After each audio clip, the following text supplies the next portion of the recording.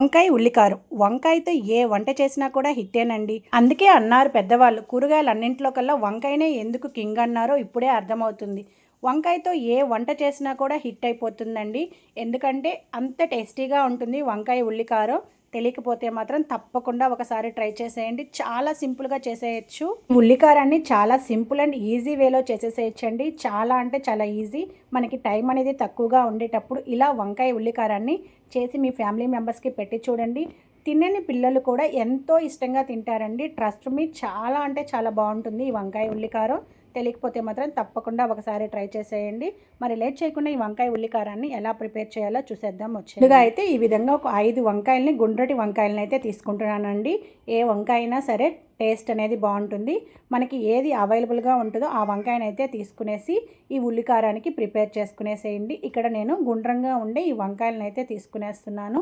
ఇలా పైన కాడ అనేది పెద్దదిగా ఉంటే కొంచెం కట్ చేసుకునేసి ఇలా 4 భాగాలుగా కట్ చేసుకొని ఉప్పు వేసుకున్న నీళ్ళల్లో ఈ కట్ చేసుకున్న వంకాయల్ని వేసుకునేసేయండి. అయితే నా ఛానల్ని కొత్తగా చూస్తున్నారో please subscribe to my channel అండి. అన్నింటినీ కూడా కట్ చేసుకునేసి ఉప్పు నీళ్ళల్లో వేసుకొని పక్కన పెట్టేసుకోండి. ఇప్పుడు మసాలా ఎలా ప్రిపేర్ చేయాలో చూపిస్తాను రండి. ఒక చిన్న మిక్సీ జార్ తీసుకొని 2 పెద్ద ఎర్రగడ్డల్ని కట్ చేసి వేసుకునేసేయండి. అలాగే ఒక 10 నుంచి 15 తెల్లగడ్డల్ని కూడా వేసుకునేసేయాలండి. అలాగే కొంచెం జీలకర్ర, కారం, ధనియాల పొడి, సాల్ట్ ఇలా అన్నింటినీ వేసుకొని కచ్చా పచ్చాగా మిక్సీ అనేది పట్టుకునేసేయండి. వీడియోలో చూపించిన విధంగా కచ్చా పచ్చాగా ఈ ఉల్లికారాన్ని అయితే ప్రిపేర్ చేసుకునేసేయండి.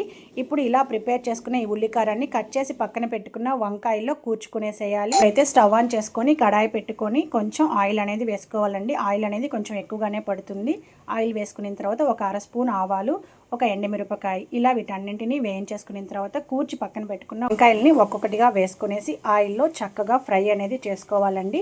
మూత పెట్టేసి మధ్య మధ్యలో కదుపుకుంటూ వంకాయ అనేది చక్కగా వేగేంత వరకు కూడా వీటిని ఆయిల్లో ఫ్రై చేసుకోవాలండి. ఇలా ఈ స్టేజ్కి వచ్చిన తర్వాత వంకాయల్లో కూర్చగా మిగిలిన ఈ ఉల్లికారాన్ని కూడా వేసుకునేసి చక్కగా ఆయిల్లో ఫ్రై చేసుకోవాలండి. ఆయిల్ అనేది తక్కువ అనిపిస్తే మాత్రం మళ్ళీ కూడా కొంచెం ఆయిల్ అనేది వేసుకుంటూ వేయించేసుకోవాలి. అంతే అండి, ఎంతో టేస్టీగా ఉండే వంకాయ ఉల్లికారం అయితే ప్రిపేర్ అయిపోయింది. ఈ వంకాయ ఉల్లికారాన్ని వేడి వేడి అన్నంలో వేసుకొని తింటే చెప్పాలా అండి, టేస్ట్ మాత్రం సూపర్గా ఉంటుంది.